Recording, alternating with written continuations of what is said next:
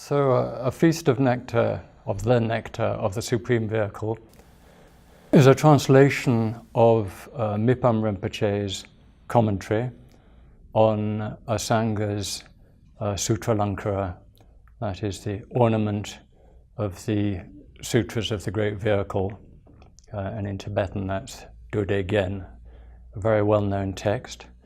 One of the 13 major texts that the Khenpos always study in the Shedras.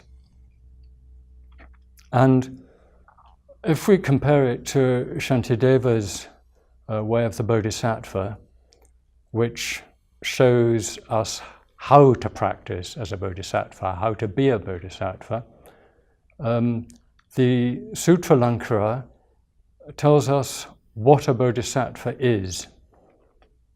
And particularly Maitreya Asanga, or Asanga speaking Maitreya speaking through Asanga as his mouthpiece, compares the Bodhisattva to the listeners, the Shravakas, saying what distinguishes the Bodhisattva, what makes them so special. And in reading through this text, one finds oneself, although it's basically on face value extremely academic and theoretical, it's also very inspiring, not only because the theory is essential if one's going to really deepen one's practice, but also because as one reads through it, one can recognize in these descriptions of the Bodhisattva, particularly in some of the later chapters where the 6 transcendent perfections or paramitas are described, how the Bodhisattvas practice those, one can recognize in those chapters these qualities that the Bodhisattvas have, the qualities that one sees in one's own teachers today. And one then realizes that the qualities that one can't see, but that are described in the ornament of the Mahayana Sutras, must also be present in our teachers. And that is incredibly inspiring to realize just how vast their qualities are, and that this is something one can oneself aspire to and emulate.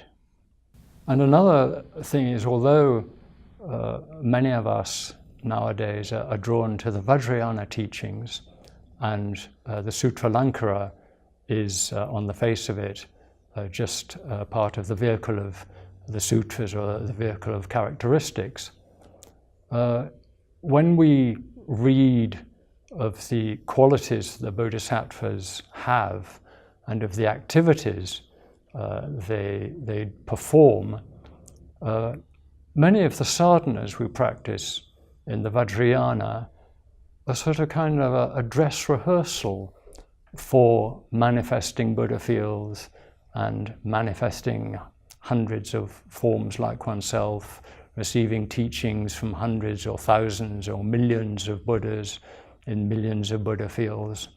And so it's very supportive, and in fact the essential basis for the Vajrayana, which is really mainly a method to achieve what we read about in the Sutra laṃka, but much more quickly.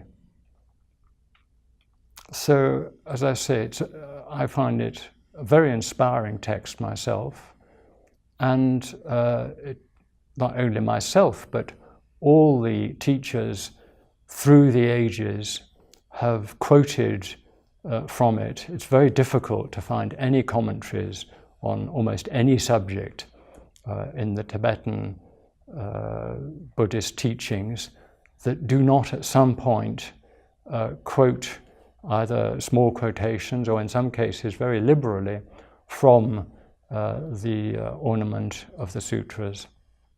Maitreya, in presenting the Bodhisattva path, as I said, compares it with what we might call the basic vehicle, the listeners and shravakas. And for example, when he talks about refuge, he's telling us about the difference between the Bodhisattva's refuge and the listener's refuge, which can inspire us to have that greater attitude that the Bodhisattvas have. He's also presenting what is mainly considered now to be the Chittamatra philosophical view. But in Asanga's time, the difference between what Nagarjuna taught and what Asanga taught was, although it was recognized, there were very much two aspects of a very similar view. And Mipam Rinpoche himself considers that Asanga is no different from Nagarjuna, and that what he's teaching is actually a Madhyamika. In another early chapter, he talks about the potential that we have for enlightenment. And while in another of the five great treatises that Maitreya taught to Asanga, that's the Gyulama Uttara Tantra Shastra, we are taught that every single being has that potential for enlightenment, and that is very much the basis for our practice. Maitreya and Asanga show how that works in practice, which in a way may seem, that what his presentation may seem a little bit paradoxical, or to actually contradict the Gyulama's view of the Buddha nature. But in practice, there are beings who have so many obscurations, so many difficulties and sufferings, that potential, that Buddha nature, can't show itself. And so they seem to have, at least on the temporary level, no potential to gain enlightenment. There are others at the other end of the scale, bodhisattvas, who are so dyed in the wool, if you like, that whatever they do, they're going to have the full potential of the bodhisattvas and gain enlightenment.